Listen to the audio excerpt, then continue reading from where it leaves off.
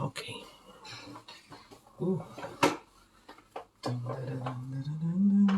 Deixa eu ver se a dela vai ficar bem aqui. Vou colocar mais assim.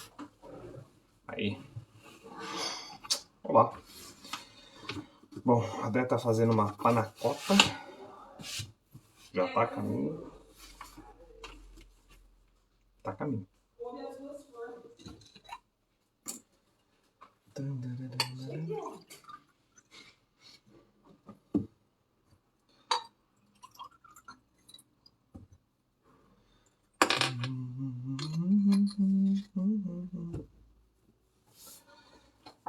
Depois tem panacota, que é um doce, que eu não sabia que existia.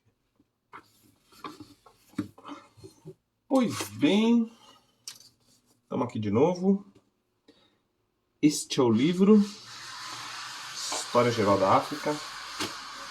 Ainda estamos lendo Mbappé Ba, capítulo 8. Show de texto, tá maravilhoso. E chegou o Débora. Bora lá? Nossa, parece que nem Cid Moreira. Quem? Eu? Eu, só de... Sim. Eu sentando. Só chega e... Tô de camiseta, mas tô de short. É, enganou todo mundo. Jornal Nacional.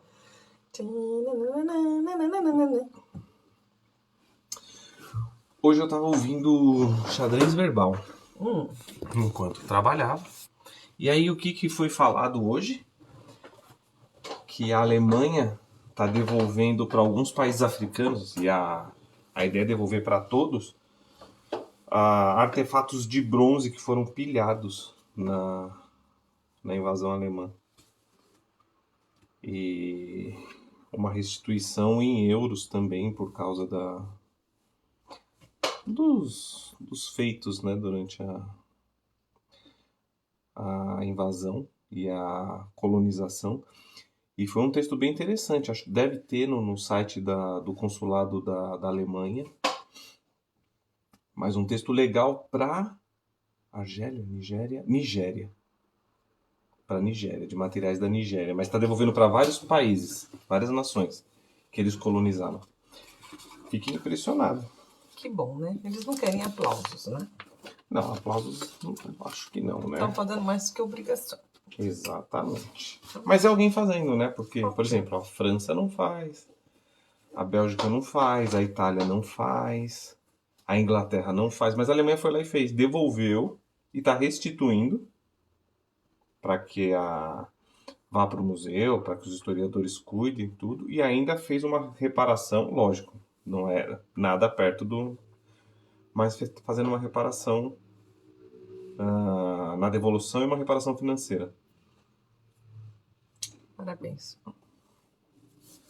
Essas coisas, né? Bora lá? A gente está na autenticidade da transmissão. A última leitura nós falávamos dos mitos, da tradição, da ritualística e das crenças, principalmente do Mali, de algumas nações africanas, mas principalmente do Mali, que, pelo que eu entendi, é a nação de origem do Mbappé Ba, pelo que eu entendi. Pouco que eu vi na internet da história dele. Então, a autenticidade da transmissão. Eu ou você? Eu. Já ganhei, já. Mais do que todos os outros homens, os tradicionalistas Doma, grandes ou pequenos, obrigam-se a respeitar a verdade. Para eles, a mentira não é simplesmente um defeito moral, mas uma interdição ritual cuja violação lhes impossibilitaria o preenchimento de sua função. O mentiroso não poderia ser iniciador, nem um mestre da faca, e muito menos um doma. Se excepcionalmente acontecesse de um tradicionalista doma revelar-se um mentiroso, jamais voltaria a receber a confiança de alguém em qualquer domínio e sua função desapareceria imediatamente. De modo geral, a tradição africana abomina a mentira. Disse: cuida-te para não te separares de ti mesmo. É melhor que o mundo fique separado de ti do que tu separado de ti mesmo. Mas a interdição ritual da mentira afeta, de modo particular, todos os oficiantes, ou sacrificadores, ou mestres da faca, etc., de todos os graus. Começar pelo pai de família, que é o sacrificador ou oficiante de sua família, passando pelo ferreiro, pelo tecelão e pelo artesão tradicional, sendo a prática de um ofício uma atividade sagrada, como veremos adiante. A proibição atinge todos os que, tendo de exercer uma responsabilidade mágico-religiosa e de realizar os atos rituais, são, de algum modo, os interditários entre os mortais comuns e as forças tutelares. No topo estão o oficialmente sagrado do país, o oficiante sagrado do país, por exemplo, o Ogum entre os Dogon, e, eventualmente, o rei. Essa interdição ritual existe, no meu conhecimento, em todas as tradições da savana africana. É muito importante isso aí, né? Eu já vi esse ditado africano que fala sobre cuida-te para não te separares de ti mesmo. Ah, é? Uhum. Que fala exatamente sobre o dano que causa a pessoa o mentir. Não é para terceiros, é o cuidar-se de si. Você não está sendo fiel a você quando você fala algo que é uma mentira, né? Poxa. A proibição da mentira deve-se ao fato de que, se um oficiante mentisse, estaria corrompendo aos atos rituais. Não mais preencheria o conjunto das condições rituais necessárias à realização do ato sagrado. Sendo a principal, estar ele próprio em harmonia antes de manipular as forças da vida. Não nos esqueçamos de que todos os sistemas mágico-religiosos africanos tendem a preservar ou restabelecer o equilíbrio das forças, do qual depende a harmonia do mundo material e espiritual. Mais do que todos os outros, os Doma sujeitam-se a esta obrigação, pois, enquanto mestres iniciados, são os grandes detentores da palavra, principal agente ativo da vida humana e dos espíritos. São os herdeiros das palavras sagradas e encantatórias transmitidas pela cadeia de ancestrais, palavras que podem remontar às primeiras vibrações sagradas emitidas por Maá, o primeiro homem.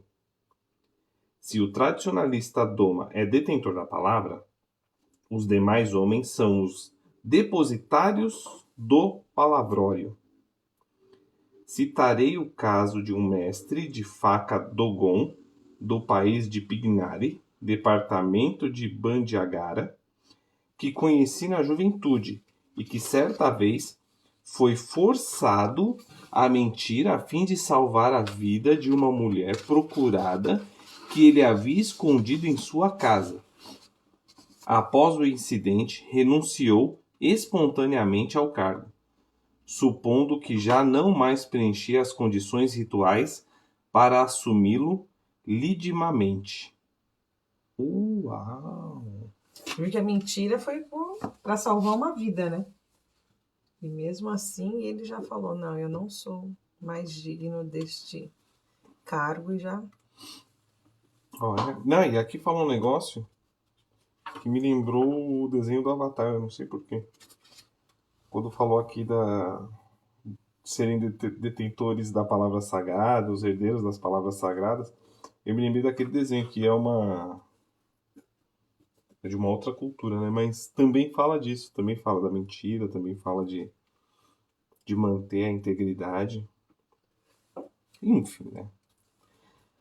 Quando se trata de questões religiosas e sagradas, os grandes mestres tradicionais não temem a opinião desfavorável das massas e, se acaso cometem o engano, admitem o erro publicamente, sem desculpas calculadas ou evasivas. Para eles, reconhecer quaisquer faltas que tenham cometido é uma obrigação, pois significa purificar-se da profanação. Se o tradicionalista ou conhecedor é tão respeitado na África, é porque ele se respeita a si próprio, disciplinado interiormente, uma vez que jamais deve mentir, é um homem bem equilibrado, mestre das forças que nele habitam. Ao seu redor, as coisas se ordenam e as perturbações se aquietam. O cara, ele é responsável, ele precisa ter essa paz interior, esse compromisso com ele mesmo, essa lealdade consigo, para poder transmitir isso para a nação, né? E independente de... Engraçado aquela parte lá em cima, né? Independente do que as pessoas achem ou pensem, ele tem que colocar esse respeito próprio acima de tudo. Eu gostei muito disso e gostei mais de ouvir aqui que eles falam a verdade sem falsear, sem disfarçar, sem relações públicas. Sim. Ou seja, fala e não vai tentar manter a imagem ou manter a fama. Não é um Rockefeller, né? Não temem a opinião desfavorável das massas. Exatamente. E se acaso cometem um engano, admitem o erro publicamente, sem desculpas calculadas ou evasivas. Eu lembrei no curso lá sobre... É um curso sobre liberdade, alguma coisa assim? Calma. Eu quero pegar... Nossa. Droga, ele multiplicou. Virou 2. Virou 2 quilos. Era pra pegar 1, virou 2. Bom, enfim, por parte do... No texto, no curso... Ah, não é possível. 2 pra matar um pernilongo. Pronto! Matamos. Pegamos. Não terão sanguinho Ele não nosso. tinha um pelo a gente ainda. Isso Ainda. tá sequinho. No curso sobre moral, sobre ética, o professor estava explicando que a primeira vez que surgiu relações públicas, como ele é conhecido hoje, foi quando o senhor Rockefeller, dono de empresas nos Estados Unidos, matou os funcionários. Os funcionários estavam reivindicando melhorias, fazendo reivindicações, e ele matou, assassinou. Então, pela primeira vez, veio uma pessoa da área de comunicação para elaborar um discurso, uma forma de comunicação para justificar. E aí nasceu Relações Públicas. Caramba. Estados Unidos tem bastante história legal, justificar uma né? morte. Para a atitude de um assassino. Você está acompanhando na internet o caso lá nos Estados Unidos, da família que está sendo restituída de um terreno que foi tomado hotel. Que foi tomada pelo governo há mais de 100 anos? De negros, Uhum. Outro caso, onde, lógico, você vai ter todas as relações públicas para explicar. O caso até da Alemanha, agora, fazendo a devolução, todo um discurso elaborado para tentar convencer as pessoas de que aquela ação é boa e que, na verdade, é uma mentira. É uma reparação de uma atitude ruim que demorou 100 anos, por exemplo, para ser feita. No caso da devolução dos objetos pilhados nas nações africanas, também foram séculos. Foi uma pilhagem de séculos. E aí tem todo um discurso que se cria para tentar fazer isso parecer algo bom. Se vivesse debaixo desses preceitos religiosos, nada disso aconteceria. E muita gente estaria desempregada, né? Não existiriam relações públicas. Na verdade, não existiria nem o juiz, né? Imagina. Porque se você é fiel a você, independente do que aconteça, foi quando eu conheci essa filosofia, esse ditado aqui, né, que a gente viu na página anterior, muita coisa muda. A sua percepção de mundo muda quando você olha as coisas dessa forma. Geralmente a gente fala, não vou mentir para não prejudicar o outro, mas na verdade quando você pensa que você está se corrompendo, quando você se coloca dentro de uma situação que envolve mentira, a visão da gente muda. Não vou dizer que a gente vai deixar de mentir, mas então, a visão da gente muda. Mas eu acho que esse exemplo que deu foi maravilhoso, porque é o exemplo do... Existem momentos em que tem que mentir. Só que quando ele mentiu, o que ele falou? Olha, entreguei meu chapéu, não sirvo mais. Ele não esperou que as pessoas viessem falar para ele, olha, você mentiu Então entrega seu cargo. Ele mesmo já entregou o cargo dele. Não, e aí é bom lembrar. Esse texto está dizendo que não pode executar, não pode exercer a mentira na execução dessas atividades, né? É o mestre, é o Então, é o executor, O mas dono. ele na vida inteira. Sim, na vida Na dele. vida dele inteira. Familiar, porque toda a família tem um ferreiro, que foi colocado aqui, né? Não, mas Ele tem esses cargos. Sim, mas se ele for um, por exemplo, ferreiro é ferreiro, mas se ele for um iniciador, um doma, se ele for um Sim, eu tô dizendo que a mentira Logon, não se. aí ele tem essa responsabilidade. A mentira, ela não é só em relação a coisas fora. Sim. É a vida dele, sendo esse iniciador, né? Sim, sendo esse conhecedor. Porque senão os outros mentem, né? Os outros mentem. Não é que ninguém mente. Exato, também. Vamos... Mas ele tem que ser o exemplo, a pedra angular. Eu ou você? Eu. Vai. Independentemente. Independentemente da interdição da mentira, ele pratica a disciplina da palavra e não a utiliza imprudentemente. Pois se a fala, como vimos, é considerada uma exteriorização das vibrações de forças interiores, inversamente a força interior nasce da interiorização da fala. A partir dessa ótica, pode-se compreender melhor a importância que a educação tradicional africana atribui ao autocontrole. Falar pouco é sinal de boa educação e de nobreza. Muito cedo, o jovem aprende a dominar a manifestação de suas emoções ou de seu sofrimento. Aprende a conter as forças que nele existem, à semelhança do Maa, primordial, que continha dentro de si, submissas e ordenadas, todas as forças do cosmos. Dir-se-á de um conhecedor respeitado ou de um homem que é mestre de si mesmo, é um Maa, ou um Nedo, ou Fulfulde, quer dizer, um homem completo. Não se deve confundir os tradicionalistas Doma, que sabem ensinar enquanto divertem e se colocam ao alcance da audiência, com os trovadores, contadores de histórias e animadores públicos, que em geral pertencem a castas dos Diele, griotes, ou dos Wolosso, cativos de casa. Para esses, a disciplina da verdade não existe. E, como veremos adiante, a tradição lhes concede o direito de travesti-la ou de embelezar os fatos, mesmo que grosseiramente, contanto que consigam divertir ou interessar o público. O griote, como se diz, pode ter duas línguas. Aí é bom, né? Mostra as imagens ali. O que eu mostro? Mostra lá, e eu vou lendo. Ó, a de cima é um músico tuculor tocando um ardim, Kairis Mali. E a figura de baixo é o cantor Mivete, que está no registro de uma documentação francesa. Então tem dois registros aqui desses artistas.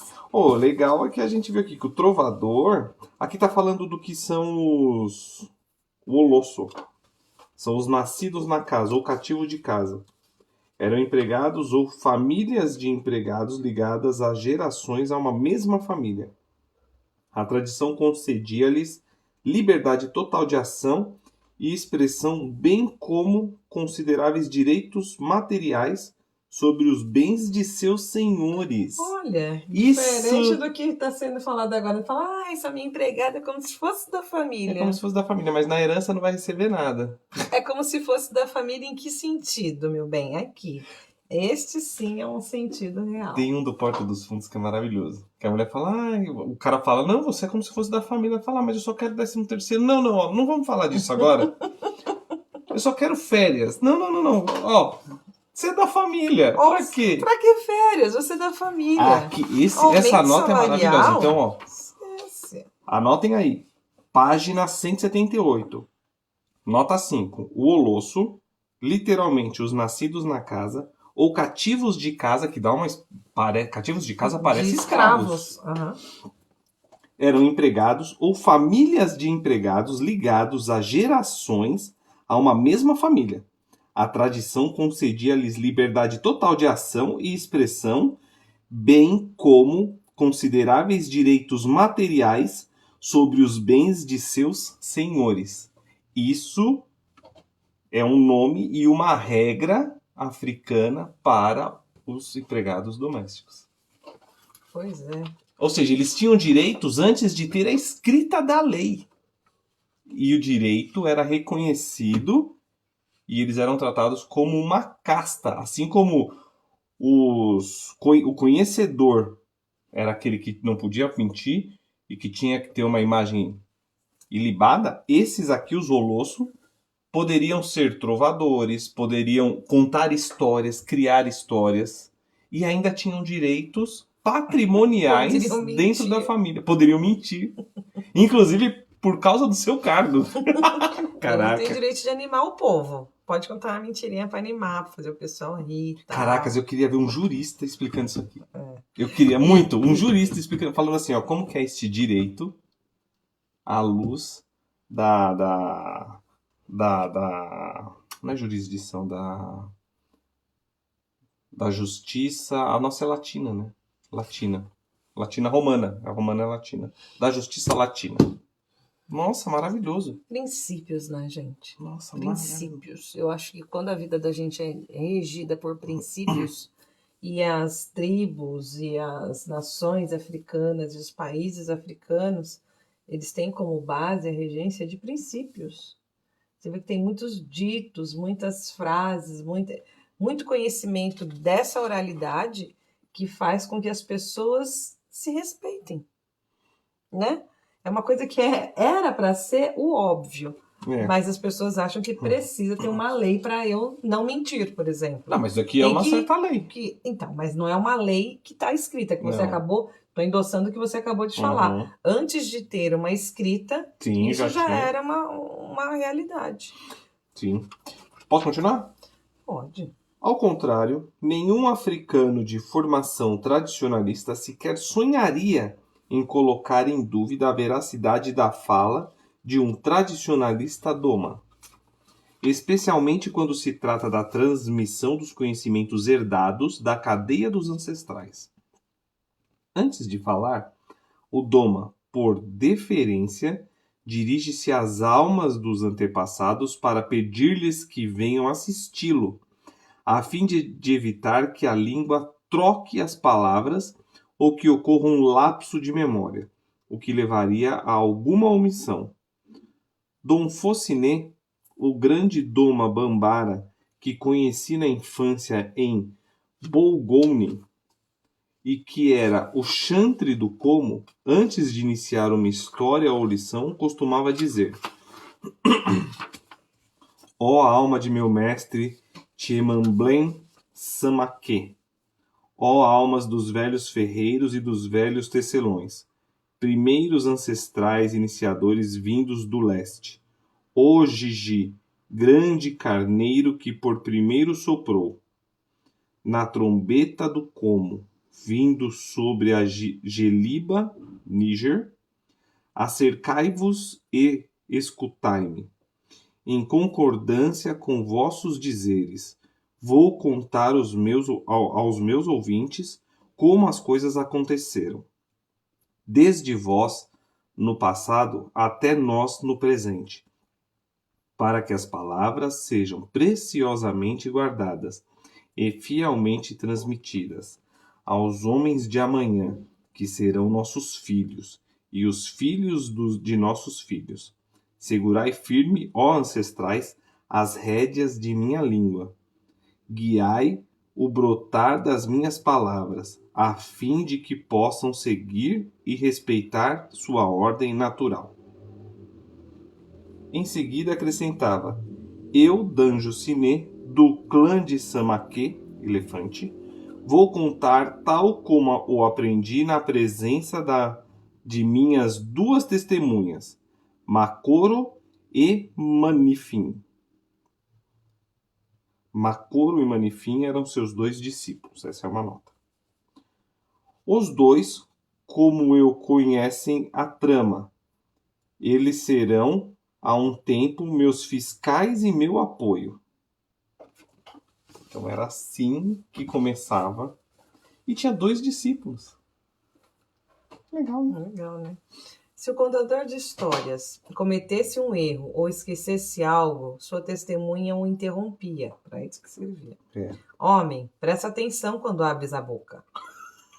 Ao que ele responderia: desculpe, foi minha língua fogosa que me traiu. Um tradicionalista doma que não é ferreiro de nascença, mas que conhece as ciências relacionadas à forja, por exemplo, dirá antes de falar sobre ela: devo isto a fulano, que deve a Beltrano, etc. Ele renderá homenagem ao ancestral dos ferreiros, curvando-se em sinal de devoção, com a ponta do cotovelo direito apoiada no chão e o antebraço erguido. O doma também pode citar seu mestre e dizer: rendo homenagem a todos os intermediários até Nufairi, sem ser obrigado a citar todos os nomes. Existe sempre referência à cadeia da qual o próprio doma é apenas um elo. Em todos os ramos do conhecimento tradicional, a cadeia de transmissão se reveste de uma importância primordial. Não existindo transmissão regular, não existe magia, mas somente conversa ou histórias. A fala é então inoperante. A palavra transmitida pela cadeia deve veicular, depois da transmissão original, uma força que a torna operante e sacramental. Essa noção de respeito pela cadeia ou de respeito pela transmissão determina, em geral, no africano não aculturado, a tendência a relatar uma história reproduzindo a mesma forma em que a ouviu, ajudado pela memória prodigiosa dos iletrados. Se alguém o contradiz, ele simplesmente responderá: fulano me ensinou assim, sempre citando a fonte.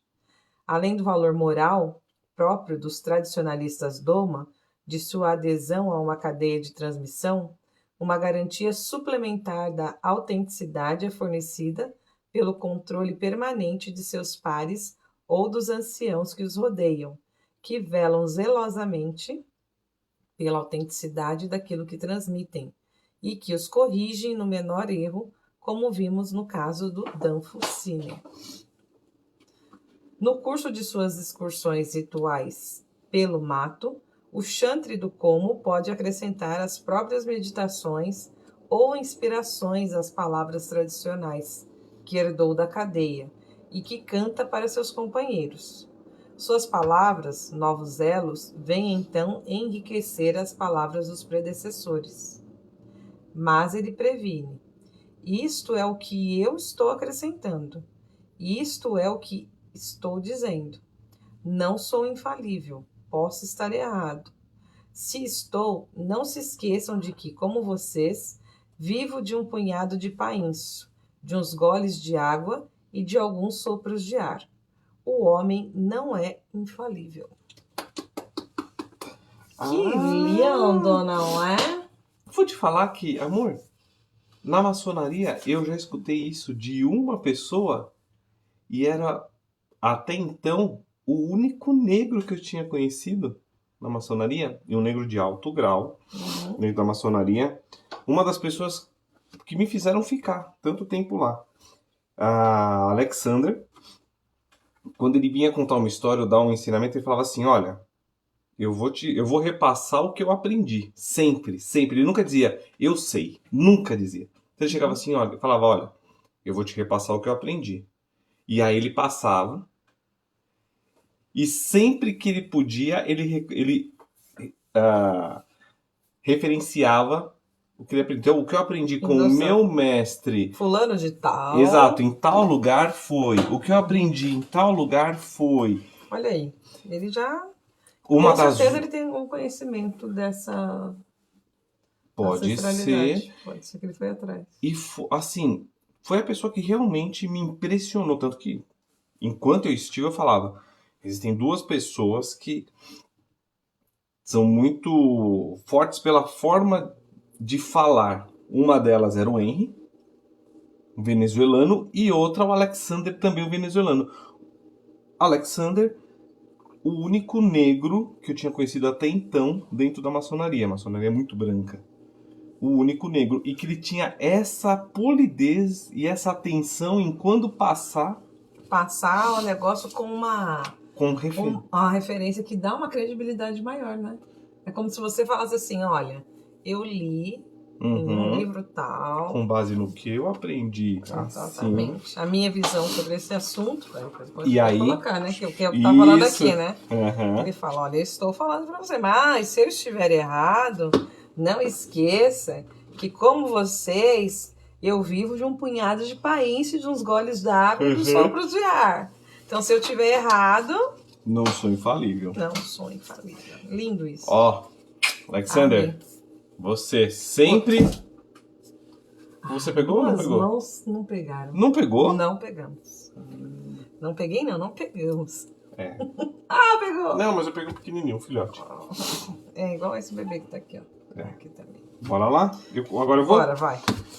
Os iniciados e os neófitos que o acompanham aprendem essas novas palavras, de modo que todos os cantos do como são conhecidos e conservados na memória. O grau de evolução do adepto do como não é medido pela quantidade de palavras aprendidas, mas pela conformidade de sua vida a essas palavras.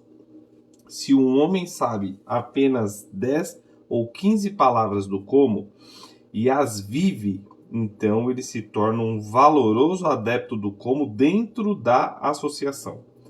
Para ser chantre do como, portanto, mestre iniciado, é necessário conhecer todas as palavras herdadas e vivê-las. A educação tradicional, sobretudo quando diz respeito aos conhecimentos relativos a uma iniciação, liga-se à experiência e se integra à vida. Por esse motivo, o pesquisador europeu ou africano que deseja aproximar-se dos fatos religiosos africanos está fadado a deter-se nos limites do assunto, a menos que aceite viver a iniciação correspondente e suas regras, o que pressupõe, no mínimo, um conhecimento da língua, pois existem coisas que não se explicam, mas que se experimentam e se vivem. Lembro-me de que em 1928, quando servia em Tougan, um jovem etnólogo chegara ao país para fazer um estudo sobre a galinha sacrificial por ocasião da circuncisão. O comandante francês apresentou-se ao chefe de cantão indígena e pediu que tudo fosse feito para satisfazer ao etnólogo, insistindo para que lhe contassem tudo. Por sua vez, o chefe de cantão reuniu os principais cidadãos e expôs-lhes os fatos, repetindo as palavras do comandante. O decano da assembleia, que era o mestre da faca local e, portanto, o responsável pelas cerimônias de circuncisão e da iniciação correspondente, perguntou-lhe: ele quer que lhe contemos tudo? Sim, respondeu o chefe de cantão. Mas ele veio para ser circuncidado? Não, veio buscar informações. O decano voltou o rosto para o outro lado e disse: como podemos contar-lhe tudo se ele não quer ser circuncidado? Você bem sabe, chefe, que isso não é possível. Ele terá de levar a vida dos circuncidados para que possamos ensinar-lhe todas as lições. Uma vez que por força somos obrigados a satisfazê-lo, replicou o chefe do cantão, cabe a você encontrar uma saída para essa dificuldade. Muito bem, disse o velho. Nós nos desembaraçaremos dele sem que ele perceba, pondo-o na falha. A fórmula pôr na falha, que consiste em enganar uma pessoa com alguma história improvisada, quando não se pode dizer a verdade... Pondo na palha, né? Ah, pôr na palha, entendi na falha. Pôr pondo na palha. Pô, foi mal. A fórmula pôr na palha, que consiste em enganar uma pessoa com alguma história improvisada quando não se pode dizer a verdade, foi inventada a partir do momento em que o poder colonial passou a enviar seus agentes ou representantes com o propósito de fazer pesquisas etnológicas sem aceitar viver sob as condições exigidas. Muitos etnólogos foram vítimas inconscientes dessa tática. Quantos não pensavam ter compreendido completamente determinada realidade quando, sem vivê-la, não poderiam verdadeiramente tê-la conhecido? Ou seja, muitos registraram várias mentiras. Mentiras não. Sim, mentiras. Aqui, ó, enganar a Eles pessoa. foram postos na palha. Então, É diferente. foi posto. Não vou mentir. Não existe essa palavra mentira aqui. Pôs na palha. Olha, Eles foram postos na palha, Ou ok? seja, posto na enganação. Não é? Eles foram enganados, eles registraram. Ou seja, ou você vive o negócio. Para você compreender de verdade, não adianta só você fazer anotações. Fazer anotação Por e. isso que tem muita coisa que quando eu leio, principalmente coisas vindas de África, eu me introspecto, sabe? Quando você fala, peraí, deixa eu... Porque são coisas que são tão profundas que só para você ler por ler, como você lê um outro livro, alguma coisa que é informativa, meramente informativa, não faz muito sentido. Aquilo fica ressoando, sabe?